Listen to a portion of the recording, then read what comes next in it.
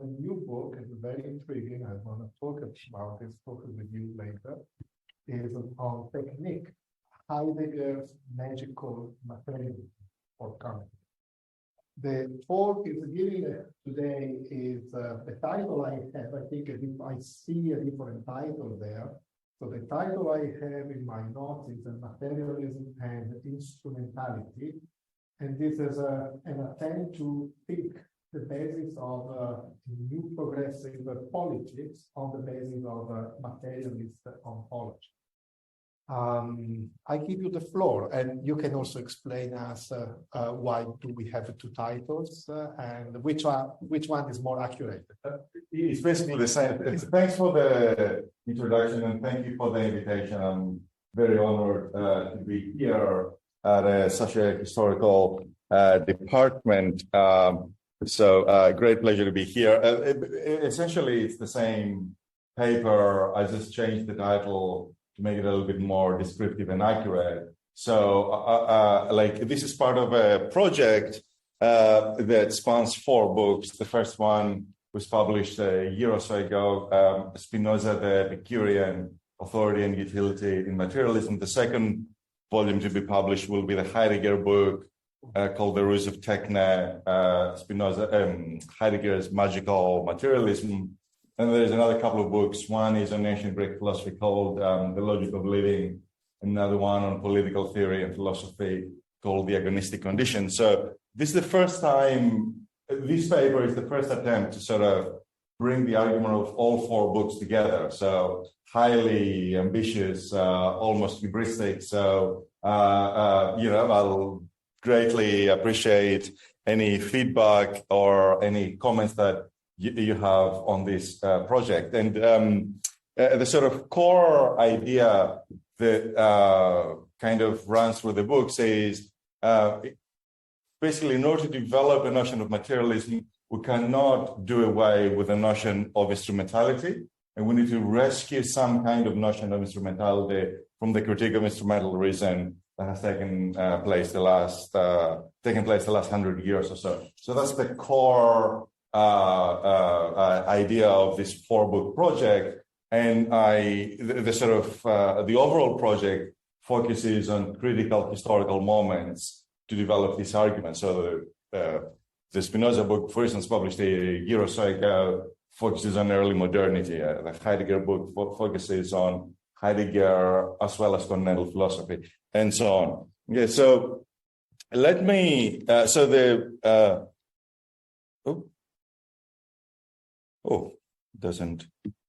Okay, I see. I got it. Okay, so let me kind of present the problem like with a kind of imaginary scenario. Imagine like that you're bored, right? You're on the bus, you're attending a boring lecture or whatever, and you take out your phone and you switch on your dating app, right? You go through the pictures and eventually you see someone that is your type, whatever your type is, just it doesn't matter, and you see you're about to swipe left, okay? Then you look on the self-description of the person and the person says, no, I am to have fun, treat you respectfully, and always treat you instrumentally. Okay, now I'm willing to bet that your automatic reaction is to swipe left, meaning, as was explained to me, to reject that person. You don't want to meet up with them, right? So why, like my question here is, why do we have such an automatic reaction, negative reaction to instrumentality? Especially in the context of, you're using a dating app, which is basically a sophisticated kind of logistics that basically by virtue of using the dating app, you kind of subscribe to a kind of instrumental kind of way of meeting people that, kind of suggests that romantic love is dead, and yet by swiping left the moment you see, I'll treat you instrumentally, you keep romantic love alive. And so what is it that gives us such an aversion to instrumentality? So that's, in a sense, like kind of scene to sort of set up some of the stage. So I've got 6 sections in the paper. all of them have examples. I'll go through the examples. I'll give you a sort of central idea and talk about the examples. But please feel free to interrupt me, and I'm happy to give much more details for each of the sections, or we can do it afterwards. But please don't hesitate to interrupt me while I'm talking. Like it's not. It's not. It's just I quite enjoy the interaction. So first, the aganaktismeni, or describing the problem. So this comes from a kind of personal experience following the Greek financial crisis in 2010. There was a prolonged demonstration that took place outside Syntagma Square. That's the Greek Parliament, the old palace. Yeah, and there was a continuous demonstration taking place outside Syntagma Square. So part of the problem with the Greek financial crisis was that the EU and the IMF had adopted neoliberal policies that they imposed upon the Greek state, policies that boiled down to extremely severe austerity measures. And so you have here the sort of neoliberal instrumental logic at work imposed upon a sovereign nation. So what I found really interesting hanging out I live in Australia, so I kind of came in the middle of the demonstration, it had been going on for some time, so I kind of joined and started talking to people. And what I found really interesting was that on the one hand, they had the measure of the neoliberal kind of instrumental logic that was imposed upon them, and they were very capable in kind of refuting or deconstructing that logic.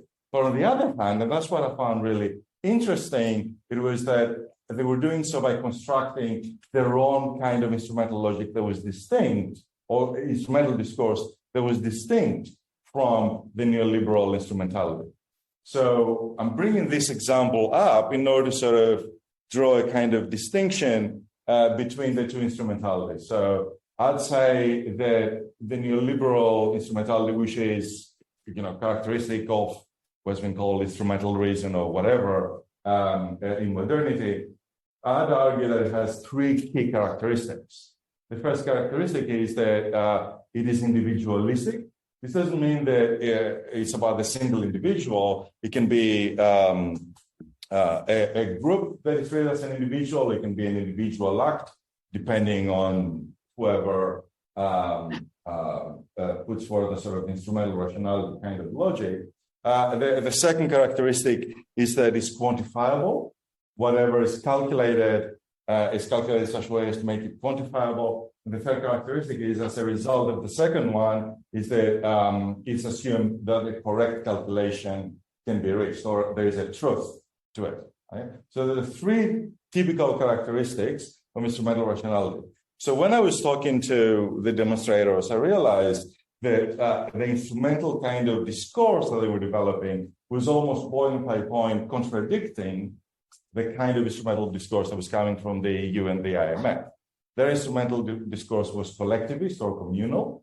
They were talking not about individual acts or individual entities, but about the community. It did not presuppose that it was measurable. In fact, its characteristic was that they were not talking about things that can be measured, like the standards of living or whatever. And they were readily saying, well, we do not know exactly how a calculation works. Our calculations about what would be best for the country can very well be wrong. So the second characteristic of that alternative instrumentality was that it was fallible. And the third characteristic was that it concerned living as a whole. They didn't talk about the standards of living of a particular group or whatever. They were concerned to talk about living as a whole. Now, sorry, I had all this stuff in the second slide. I forgot to move it. What I found really amazing was that second notion of instrumentality kind of accords with the notion of phronesis in ancient Greek. So if you look at phronesis in ancient Greek, it's So in ancient Greek philosophy, it's a bit of a commonplace, kinos topos, how you say, a commonly accepted belief or assumption that there are four primary virtues: justice, temperance, bravery, and phronesis.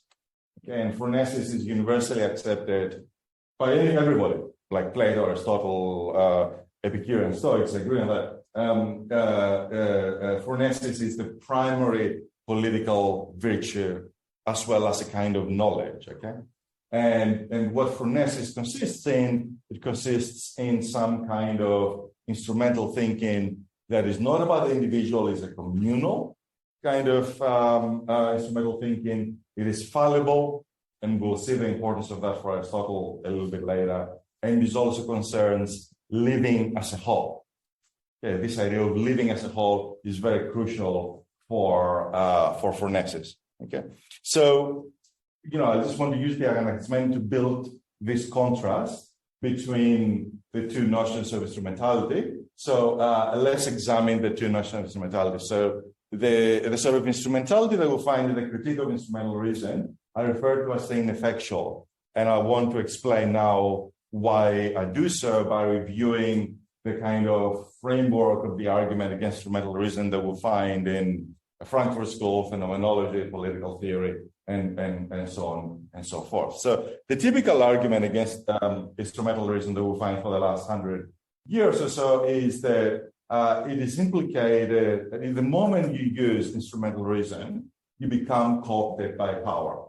And therefore, you use instrumental reason, and as soon as you do that, political change political change is impossible. So, for instance, that's the figure of the one-dimensional man in Marcuse. The one-dimensional man is the sort of man of modernity that uses instrumentality, that basically, all the oppositional differences kind of evaporate into some kind of sameness, and change is impossible.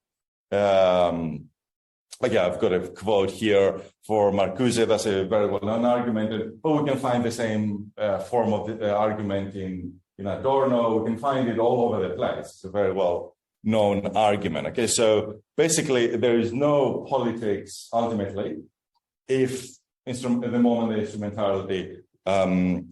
instrumentality operates. And I want to make an argument that is not necessarily the case. In fact, we can have a radical political position. We cannot have a radical political position that accounts for change unless we have some kind of notion of instrumentality. So how do people arrive to this idea that the moment you use instrumentality, you're co-opted by power?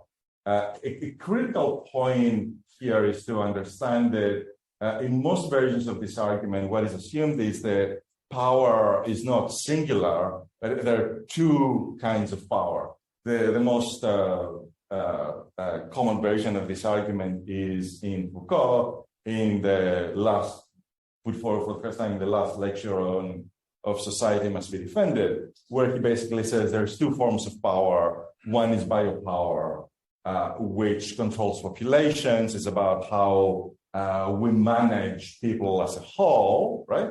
And then there's classical sovereignty, which is concerned with imposing law and punishing people kind of individually. And you have this sort of two different forms of power. Right? And then in modernity, the argument would be that the human is kind of stuck between these two forms of power. So how can you get outside these two forms of power? Okay, then, have a similar kind of argument in Agamben, and in fact, we can find the same argument in Hobbes. I'm not going to go into the details now. So the sort of argument that we find in the kind of discourse of the critique of instrumental reason always revolves around the idea that we can find something outside biopower and classical sovereignty. And that which is outside biopower and classical sovereignty is outside by virtue of the fact that it lacks instrumentality. And that is what I call the ineffectual. And that's a term that I get from Heidegger. Okay, these are the references from Heidegger. The thinking of being is defined by the fact that it has no result, it has no effect.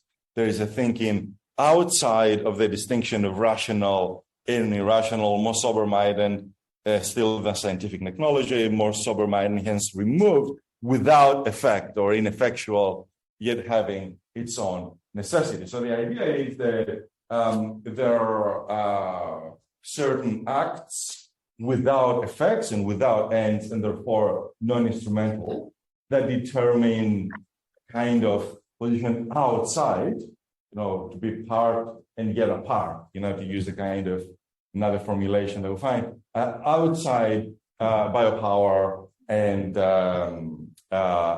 classical sovereignty. Now, I'm a philosopher, and the whole discourse of continental philosophy, or what has come to be called continental philosophy in the 20th century, like the only common denominator I can find is this idea of the ineffectual. You can find all sorts of different words for it. For instance, the notion of the event in continental philosophy. What is the event? Something that is completely unplanned, completely unquantifiable, or something like that. Yeah? Like, whether it's the event in Badiou or Zizek, it's the same kind of idea. Or the notion of the face, or the notion of the other in Levinas. What is the notion of the other in Levinas? The notion of the other in Levinas is not a singular other in front of me, but the other as that which cannot be quantified.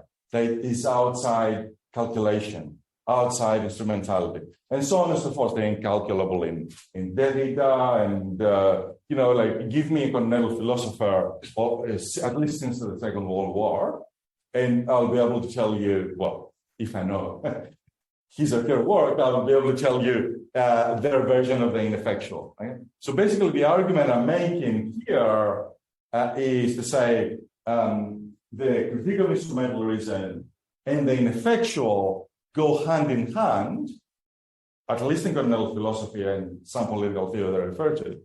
They go hand in hand, they imply each other as a way to answer the question how it's possible to have some kind of response to power without being co-opted by power. Why? Because one is always co-opted by power if they're instrumental. So this search of something non-instrumental is really critical in that discourse that tries to find something outside these two forms of power. Agamben is, so there are, I think, two difficulties with this notion of the ineffectual, whatever you call it, the event, the other, whatever. The first difficulty is, well, I've been searching for quite a bit of time now to find the ineffectual, and I haven't found it anywhere. Give me an example of the ineffectual. I can't find it anywhere. Like, there's all sorts of descriptions of an event that is completely spontaneous, but I haven't found an example of that ever. Nobody has, as far as I know, and please, prove me wrong. Maybe please don't prove me wrong, but, it'll be interesting if you give me an example of the ineffectual. And there's actually a really interesting conversation. Well, the whole conversation is there's a short part of the conversation between Spivak and Butler, where Butler takes on Agamben.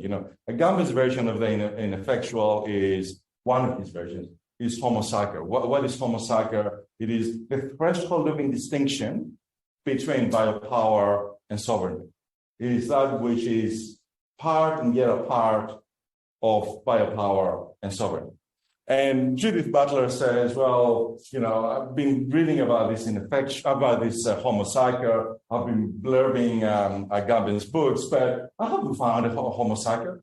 I haven't found a good example of the homo sacer. I read Agamben's examples, and I can, construe them in a different way, whereby, these examples are really homo sacer. So what follows from that, if indeed we cannot find a bona fide example of the ineffectual, we've actually subscribed to heuristic, that is a supposition of something that is non-instrumental, ineffectual, that only let us make the same description time and again. which end up taking the perspective of sovereignty and reiterating its terms. And frankly, I think nothing could be worse.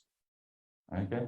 So basically, what she's saying is the discourse of instrumental rationality tells us, well, everything instrumental is co-opted by power.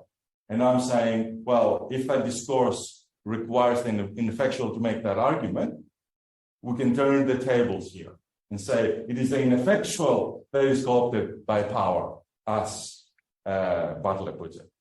And so that was the second section, alternative genealogies. So how can we talk about? So you have the two notions of the instrumental. And it seems to me that we need to somehow historicize these two notions. How are we to sort of make sense of the historical development of these two notions? Okay, and should have stayed with. Oh yeah, there it is.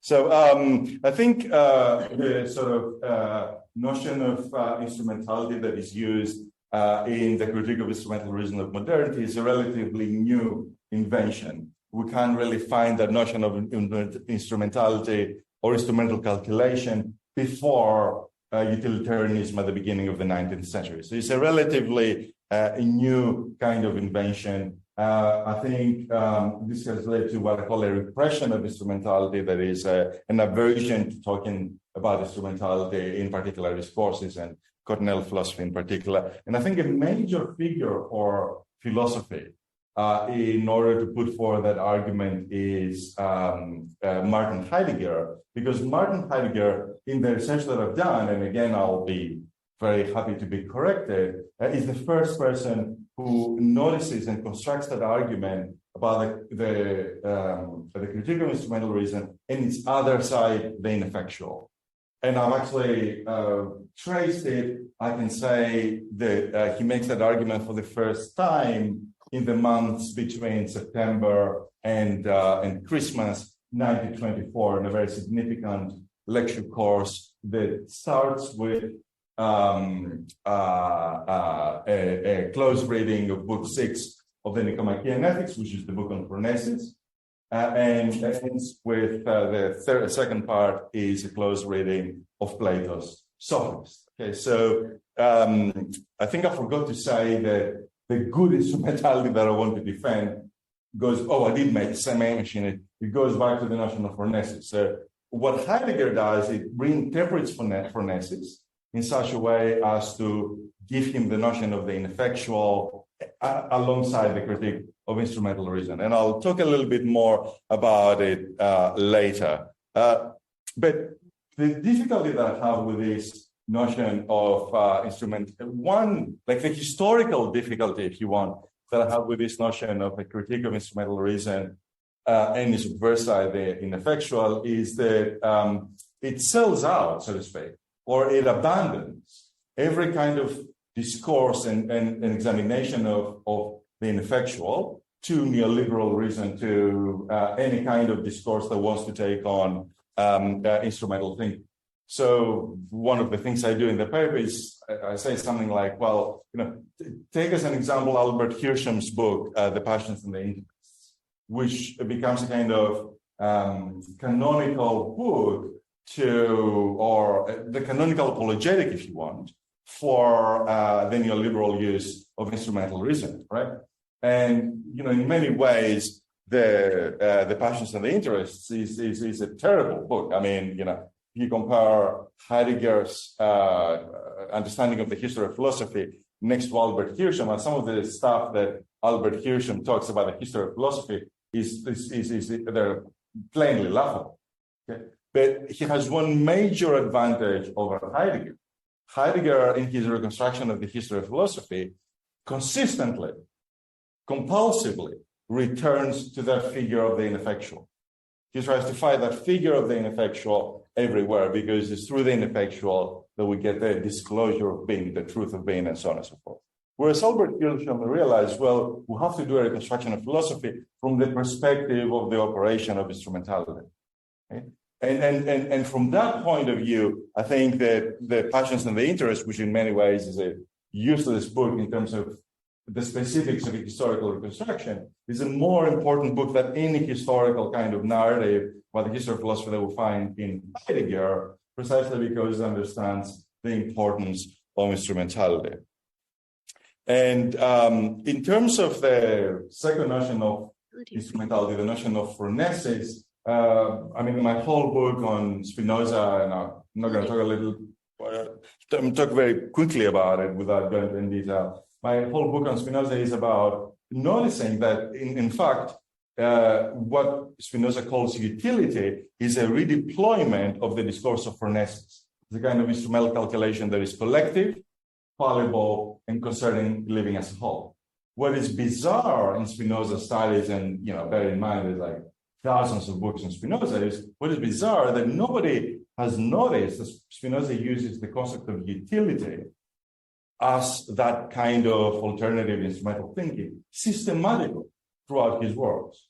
So you read the translation in English or German or French or whatever, and there is various translations of utility. It can be benefit, it can be advantage, it can be utility, it can be whatever, and you miss the fact that Spinoza consistently and compulsively returns to that concept that is a deliberately constructed concept. So part of my project of reading Spinoza was to show the emergence and the deployment of that second notion of instrumentality in early modernity.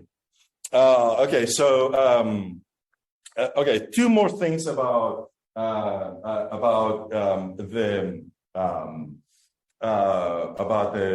sort of genealogy of phronesis. Right? The first is, if we turn to book 6 of the Nicomachean Ethics, which gives us the most detailed description of phronesis, that the only detailed description, the only detailed analysis of phronesis that comes from antiquity, in Greek and Latin, right? It's the singular text that has a detailed analysis of phronesis, even though we know that there were other texts that did similar thing. That's the only text that can survive. Book 6 of the Nicomachean Ethics. But book 6 ends in a kind of anticlimax, because what happens at the end of book 6, because of its fallibility, Aristotle says, well, that means that phronesis is inferior to Sophia, that is, to theoretical knowledge. Again, this is the starting point of the glorification of reason as the kind of knowledge, reason with a capital R, that regulates discourse, patriarchal discourse, if you want to call it. What Genevieve Lloyd calls the man of reason is born the moment theoretical reason explicitly trumps practical reason at the end of book 6 of the Nicomachean Ethics. Now, something extraordinary happens in the discourse of Epicurus. As you know, hardly anything by Epicurus has survived. We only have 3 letters, and the principal doctrines that miraculously survived because they were copied in a book by Diogenes Laertius called The Lives of Philosophers. Diogenes Laertius was not a particularly clever philosopher himself, so at some point he puts his hands up. He's like, I can't summarize Epicurus. I'll just copy his stuff, right? And Epicurus had written these sort of 3 letters and principal doctrines to summarize his whole philosophy. In the letter to Menoicus, which is the second letter copied by Diogenes Laertius, Epicurus says, the end of life is pleasure, the famous Epicurean lie. And then he explains, by this I do not mean corporeal pleasures, eating fish, drinking wine, doing drugs, whatever you want to do to imagine corporeal pleasures to be. But I mean the employment of to logistikon, calculative thinking, not logos, reason with a capital R, to logistikon, calculative thinking. And to logistikon in order to calculate what is good for living as a whole. And this calculation of to logistikon that gives us, so the idea of pleasure is the end of living is basically a translation of the idea of phronesis. And he explicitly said, for this reason, phronesis is higher and more primary and more important than Sophia. than theoretical knowledge. And for Ness is even more important than philosophy itself. The way I put it with my students is, here we have the first querying of philosophy. Because here you have a notion of a performative kind of knowledge, a knowledge that is situated, responsive to its environment, that trumps reason, becomes more significant than reason. Right? So for me, this is a very significant point to remember, because essentially what I'm arguing is, and hence, the idea of, the instrumentality I want to defend is significant for radical politics. What I'm arguing is there's a deconstruction of philosophy, if you want, a queering of philosophy already from antiquity going on, but we can't see it, we haven't been able to see it, because we haven't been able to see that second notion of instrumentality that I'm talking about. Instrumentality as for Ness. Okay.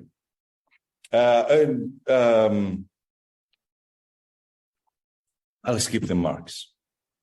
Agonistic politics. So how are we to evaluate the two different notions of instrumentality? The instrumentality as constructed by the critique of instrumental rationality, as opposed to Ness, the ineffectual versus Ness. How are we to evaluate them? So the critique of instrumental rationality makes an argument that says, well, the effects of instrumentality are pernicious because instrumentality always leads to violence. This is an argument that we can trace back to Burkhardt and the discourse of the agonal. So I'm happy to talk more about it. I'll just speed up a little bit so we'll have more time for our conversation. So let me make this point with reference to William Connolly, who is more recent example that we can find the same thought. I don't have heaps of examples. I'm happy to refer to more examples. But let me make this point with reference to William Connolly, who kind of reinvents or invents the notion of agonistic democracy in his book, Identity Difference from 1990, I think, or 1991 or something like that. Yeah. So basically, he says, well, we have, in a sense, two different ways of relating to people. One is what he calls a general resentment or generalized resentment, which is instrumental. So, for instance, you've got your neighbor who wants to do something and whatever, and you calculate that they're taking advantage of you for whatever reason, and you become angry with them, and you the moment you start calculating, you resent them and you're aggressive towards them, you exercise violence. Or illegal immigrants coming through the country, they're taking our jobs, they're putting us in a position of disadvantage. You make calculation, you become resentful, that leads to violence. And as opposed to that is what he calls an ethos of cultivation. And what is characteristic of an ethos of cultivation? Some kind of pluralism. And the key characteristic of pluralism is that it is non-instrumental. It is a purified of instrumental calculation. Okay. So we see then the redeployment of the argument about some kind of instrumental logic, whose other is the ineffectual. The ethos of cultivation is the ineffectual, in order to defend the position that instrumentality of necessity leads to violence. Well, let me, I'll skip the stuff from Epicurus and others. Let's go to an example. I think this argument that instrumentality of necessity leads to violence, but by the way, the most famous kind of description of that is, of course, Hannah Arendt's On Violence. Okay, that instrumentality of necessity leads to violence. That's the core of their argument. And what is the other of violence? Power. And what is characteristic of power is an action, as she calls it, that is pure of ends, purified of ends. Okay, so this is an example here, and I think this argument is crazy. I don't believe this argument for a moment. Of course, instrumental thinking can lead to violence, as can non-instrumental thinking for that matter, if such a thing exists. But instrumental thinking can prevent violence as well. So this is from back in 2020, following the murder of George Floyd. There was Black Lives Matter demonstrations around the world. And this is from, I think, 14th of June, a photograph that was circulated in all the media. If you go to a newspaper on the 15th of June, 2020, just about every newspaper around the world had this photograph. Okay? And there was a demonstration in a Black Lives Matter demonstration in London. There was a counter demonstration. A bunch of racist white supremacists tried to kind of provoke the Black Lives Matter demonstration, and basically they got their ass kicked pretty badly, the white supremacists. But in particular, this guy whose name was Brian Mayo. That's his real name, the white supremacist, and he got really badly beaten up. And the black guy here, his name was Hutchison, basically rescued him. He got him on his shoulder in a fireman's lift, I think this is called, and walked him away, and delivered him to the police so he doesn't get killed. And the next day, all the newspaper was like, this is the image of humanity. The British Prime Minister was talking about the humanity of Hutchison, blah, blah, blah. Then Hutchison does an interview and kind of says, what humanity? I wouldn't care if this scum was dead or alive. Like, I really did not care about him at all. All I cared about was our movement. And I do not want to say that, someone got killed in this demonstration and that to derail attention from what we really believe. So I'm using this as an example to say, hey, instrumental thinking can prevent violence too. And as a matter of fact, if you think about it in our lives, this happens all the time. So that's to counter the argument that we find in Arendt, in Heidegger, in many different places, in Connolly, that instrumental thinking is unnecessarily violent. So we kind of stuck here in a sense, so can we find another way to evaluate and take a position between the ineffectual and phronesis? Can we decide in favor of one or the other? And here, in a sense, kind of my philosophical background and my interest in materialism kind of kicks in. And I'd like to argue that we can, if we recognize that what is called instrumental rationality in modernity and that sort of discourse of phronesis, in fact, share a common ontology. And that is a materialist ontology, what I also like to call a monist ontology, that basically an ontology that denies transcendence. Yeah. A kind of instrumental rationalist is a rationalist that basically says there is no such thing as God. That's that sort of techno-scientific kind of rationalism that presupposes a kind of ontology without transcendence, which is precisely what ancient Greek philosophy does. As Fairley puts it, there is no ancient Greek philosopher that does not subscribe to the position that there is no such thing as creation ex nihilo. Mηδέν εκ του μηδενός. The moment you deny creation ex nihilo, you deny transcendence. So that's the negative way of putting it. The positive way of putting it is to say that for all these kind of figures, what exists is a totality outside of which nothing else exists. To put it kind of more conversational terms, there is no miracles. Right? There is one, being is of one quality. To put it in Heideggerian terms, being is single and unified. Okay. So I think for both senses of the instrumental, the ineffectual and phronesis, we find this common ontology. These two. Negatively, there is no transcendence. Positively, there is a totality outside of which nothing exists. And I refer to that as materialism or monist materialism, but it's also part of the sort of secular kind of idea. So if we look at the tradition, that sort of monist materialism consistently encounters a problem. If you're a monist materialist, of course, you want to make the argument that theory and praxis are connected. Otherwise, you split, existence into two different categories. So if you're a monist materialist, you need to say that thought and action are connected. But there is a problem, a very, very plain problem, very simple problem to say. if existence of one quality, how can you say that certain acts are good and certain acts are bad?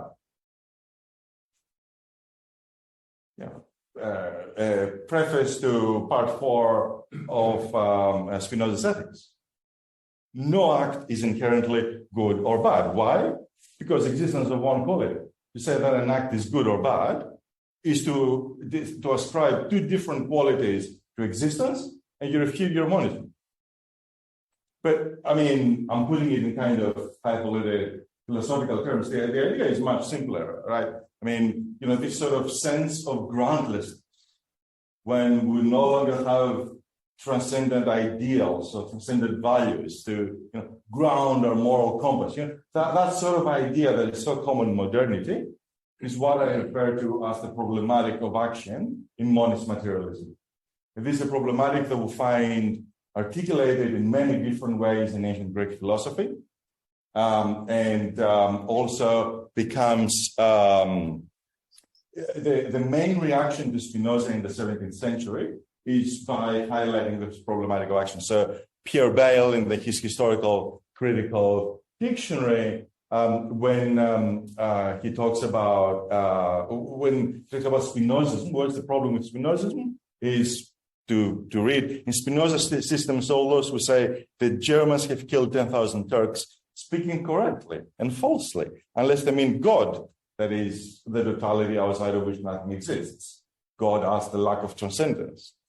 Modified into Germans has killed God, has killed himself, modified into 10,000 Turks. And the same with all the phrases by which what men do to one another are expressed. In other words, the problematic of action means that in monist materialism, you cannot account for difference for different actions.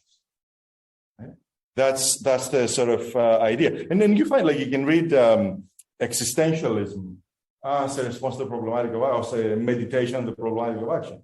Why is it that it's indifferent whether you kill an Arab on the beach or not, as Camus' Stranger? Well, for the same reason that Pierre Bayle kind of responds to Spinoza, well, because it doesn't matter, the difference doesn't exist if you're a monist materialist. Now, tradition of Renaissance has a very specific response to this problem, and Heidegger invents the modern response to this problem. So I want to evaluate these two responses. Okay? Now, for the ancient Greeks, I know this is a contentious statement, what I'm going to say, and people might disagree with that, but for ancient Greeks, the question, what has been taken to be the ontological question, is an illogical question. For the Greeks, the question of existence is, what are the effects of what is? Let me read from Plato. I won't read it, I'll just paraphrase it. He basically says, in Plato's Sophist, we'll have a presentation of the whole Sophist is a meditation of the problematic of action. It starts when his students bring to Socrates an Eleatic visitor that is a monist. This is the day before Socrates' trial, right? He's about to be condemned to death, right? And Plato has Socrates, the day before his trial, having a chat with a Parmenidean, an Eleatic monist, right? And what is the topic of conversation? It's said by Socrates. Even Socrates himself does not participate. Socrates says, well, tell me, if you're a monist and you have a sophist, a statesman, and a philosopher, can you say that they're one, two, or three? In other words, how can you account for difference if you subscribe to a certain monism, a totality outside of which nothing exists? Okay? And the solution to this problem is this passage here. I'm sorry, I forgot to put the reference, but I'm happy to provide it, where the Eleatic visitor says, for me, the definition of being is about the capacity or the dynamics, the power that being has. Not in my vocabulary, about the effects that being has. If we start with the question, what is, we end up in the impasse where we cannot account for difference. in order to account for difference, we need to look at the effects of action. And I think the most succinct summary of this position is in Cicero's De Finibus, where in book 5, Cicero basically says that there is one question that if it is resolved, it resolves every other question of philosophy. And that is the question about the ends of action. If you determine what the ends of action are, and if you understand what the ends of action are, then you can resolve any other philosophical question.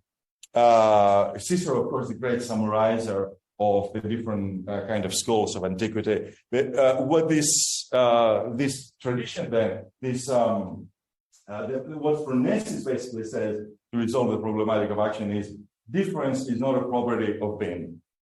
Difference is located at the different ends that we pursue and the effects of the ends that we pursue. Differently put, unless we have a notion of instrumentality, we cannot account for difference. If you want to be a secularist, if you want to be a materialist, you need a notion of the instrumental to account for difference. That is the response that we find, and I argue in my book on Spinoza, for instance, that Spinoza reproduces exactly the same answer in the 17th century. Aristotle, the same. I'm happy to give more examples. And it is in the winter semester of 1924 that Heidegger grapples with the same question, the problematic of action, in his reading of Book 6 of the Nicomachean Ethics and Plato's Sophist, and gives a radically different answer. Heidegger says that Aristotle makes an argument that there's two forms of practical knowledge, techne and phronesis. And that techne is, he says, the virtue of techne is science or scientific knowledge. And this means, according to Heidegger, that techne absorbs within it every kind of action that is end-oriented. Every kind of action that is end-oriented. And by contrast, phronesis is purified of ends. So, in that, between September and December 1924, in a very famous course, it's a course where, people like Gadamer and Jonas and many others are present, including, this is the course where he meets Hannah Arendt, right? Okay? This is a very famous course, Very hard to read because, half of it is in Greek. So unless you read Greek, it's very hard to read it. The argument is incredibly straightforward if you can go past the linguistic difficulties. The argument is there is one kind of action, techne, that gathers within it all the ends, and one kind of action, phronesis, that is purified of ends. 2 years or a year later, when he was writing Being and Time, he structures the whole of Being and Time on the same principle. Division 1 is end-oriented actions, the tools, blah, blah, blah. And division 2 is the pursuit of authenticity that leads us to the disclosure of being, which is purified of ends. And so on and so on and so forth, like all the way to the end to the very late Heidegger, this will find the same move, okay? So here, what is the response then to the problematic of action in Heidegger? On the one hand, you have end-oriented actions, and on the other hand, you have actions that are purified of ends. Now, there is and this response is completely adopted everywhere in continental philosophy. The whole glorification of art or the artist as someone who kind of discloses some kind of inherent possibility to our being or whatever, or the glorification of Balderby as the one who is passive, the one who is without ends, that kind of thing. You find this Heideggerian. Heidegger is the most significant philosopher in the 20th century because of this move that he invents between September and December 1924. He invents the ineffectual, essentially, by a reinterpretation of phronesis. Right?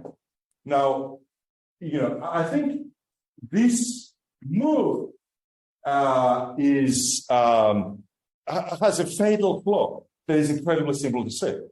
And it's a flaw that, Spinoza himself talks about. And the argument against this move is to say, well, to distinguish between two actions on the grounds that one is end-oriented and the other is purified events is essentially to draw a qualitative distinction within being itself. They're both within being, they're both within existence, okay? But you draw a distinction as to how one orients oneself within being.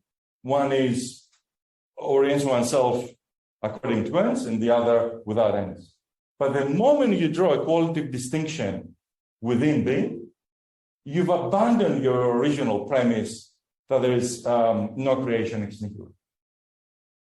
Basically, the idea of the ineffectual is the creation of something, this is the moment of the event, something created that is completely new, completely unique, completely different from everything else. But this contradicts the very starting principle that, there is a totality outside of which nothing exists. So for this reason, I would prefer, on ontological grounds, if you want, I think there's a greater consistency with the notion of instrumentality that we find in Fournes, as opposed to the notion of instrumentality that we find in the critique of instrumental reason and its obverse side, the ineffectual. I'm happy to leave it here, or I can talk about, I've got an example.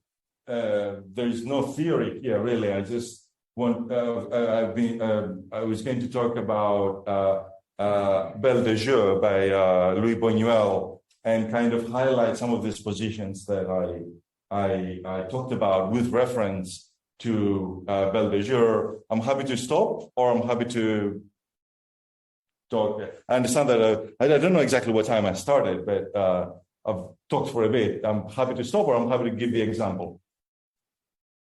Because we have a time for the conversation, so for the discussion. Yeah, no problem. Of course. Yeah, absolutely.